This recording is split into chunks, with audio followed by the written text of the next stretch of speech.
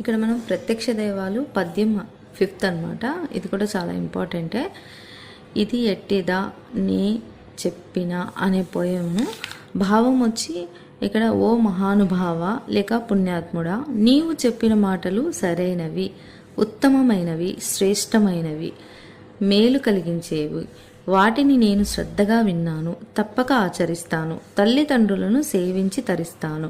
ఇక్కడ మనం main important గుర్తుపెట్టుకోవాల్సింది ఏంటంటే, ముందు పోయమ్స్లో అంతా ధర్మవ్యాధుడు కౌశికుడితో చెప్పాడు, కానీ ఈ పోయం నుంచి కౌశికుడు ధర్మవ్యాధినితో చెప్తున్నాడు. కాబట్టి ఈ క్వశ్చన్ చాలా ఇంపార్టెంట్, గుర్తుపెట్టుకోండి. అనగుడు అంటే అర్థం ఓ ధర్మవ్యాధుడా లేక పుణ్యాత్ముడు అని అర్థం అనమాట. కౌశికుడు ఎవరి మాటలు విన్నాడు అంటే ధర్మవ్యాధుని మాటలు విన్నాడు. ధర్మవ్యాధుడు కౌశికుడికి ఎటువంటి మాటలు బోధించాడు అంటే హితము కలిగించే మాటలు బోధించారు అని రాయొచ్చు. గురుజనులము అనగా ఎవరు అంటే తల్లిదండ్రులు అని. పై పద్యంలోని మాటలు ఎవరు ఎవరితో చెప్పారు, పలికినారు, బోధించారు అంటే మనం బాగా గుర్తుపెట్టుకోవాలి. ధర్మవ్యాధుడితో కౌశికముని అన్నారు.